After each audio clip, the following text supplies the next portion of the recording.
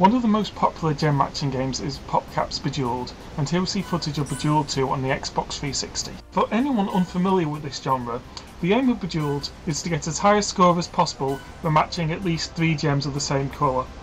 Bonus gems are obtained if 4 more gems are matched. The game ends if no more moves are possible on the board.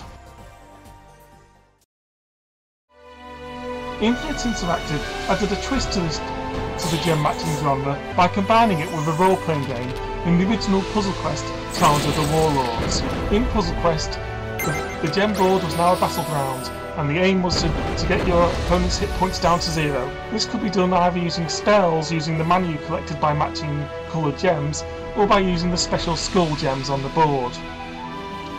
As Puzzlequest is a role-playing game, there is a large overarching quest, and the game is won by defeating the main boss at the end. Before moving on to Puzzlequest Galactrix, it is at this point worth mentioning Hexic HD, which is also a gem matching game, but this one uses a hexagonal board and has a different mechanism. The significance of the hexagonal board will become clear soon. At its most basic level, Galactrix could be considered Challenge of the Warlords in space. There are, however, a few more twists than that. The first and most obvious twist is that the gems are now hexagonal rather than square. And in addition, rather than simply falling down towards the bottom of the screen when a gap appears, the gems now fall in whatever direction you moved the last gem. I have found that this change was initially quite difficult to get to grips with, but after you get used to it, things become much easier.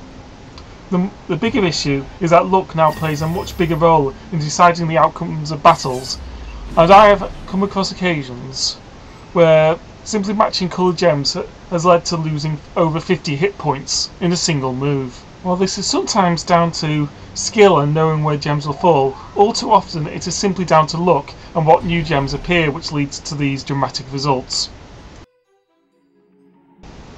The second twist is that your hit points are now mainly determined by what ship you are flying rather than your character's level, and you also have a limited shield capacity that it can be replenished by matching blue gems. Because of this, it is sometimes necessary to grind out money to buy better ships, as the ships you gain through quests are not up to the task. I found that this aspect of the game was not adequately explained and could have used a quest early on to allow you to get the hang of it. Equipment takes the place of spells in Galactrix, and both equipment and ships can be bought at specific space stations. The price of goods can also be reduced by playing the haggling minigame. This is a clear the board game, with the final discount determined by the number of gems which are left on the board. The fewer the gems, the higher the discount. You can fail at haggling, but you can try as often as you like until you get a discount you are happy with. Given the high price of ships, a successful haggle can save you a lot of money in the long term.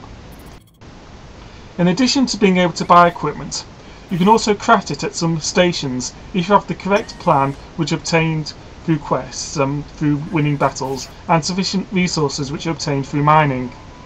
In many ways, this is similar to how you gain spells in the original puzzle quests. To craft an item, you must initially match gems to create components, and then acquire the required amount of specific components by matching them together. Components do not need to be of the same type to match, and you gain whatever components are matched, even if they are not needed for the item you are after. In the original Puzzle Quest, you acquired rumours by buying them at taverns. In Galactrix, this has changed, and gathering rumours is now a minigame in itself. The aim of this minigame is to go a set number of turns without matching the toxic gems. If you match toxic gems, then the minigame is over and you fail to acquire the rumour and you need to try again. One of the 2 minigames you'll be playing a lot is mining. This gives you resources they can then use to either craft items or sell for money to buy ships and equipment. I found mining to be quite a difficult minigame to be 100% successful at. Since you start with a sparsely populated board which does not have a sufficient number of gems for you to get to the target. This means if you want to be successful, you have to rely on getting lots of runs together, and 4 and 5 of a kind. If you are successful though, you gain a big bonus to the amount of resources you collect, and even if unsuccessful, you still keep the ones that you mined through matching the resource gems. 1. The final minigame, Hacking, is one that you'll be spending a lot of time on. You'll be spending a lot of time in this minigame because you need to play this minigame to unlock jump gates that give you access to new systems.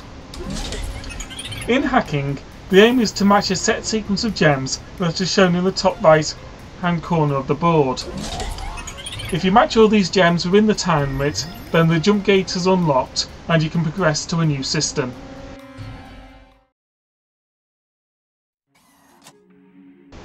Overall, I thought Galactrix was good value for money at 1600 Microsoft points, as it feels like a full retail game and not an Xbox Live arcade title.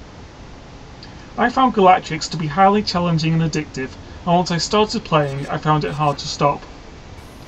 The main drawbacks for me of Galactrix were they got a bit repetitive at times, and in some battles luck played a much bigger part than skill in determining the outcome. Despite these flaws, I give Galactrix a solid 8 out of 10, and I recommend it to all fans of the original Puzzlequest and the gem matching genre in general.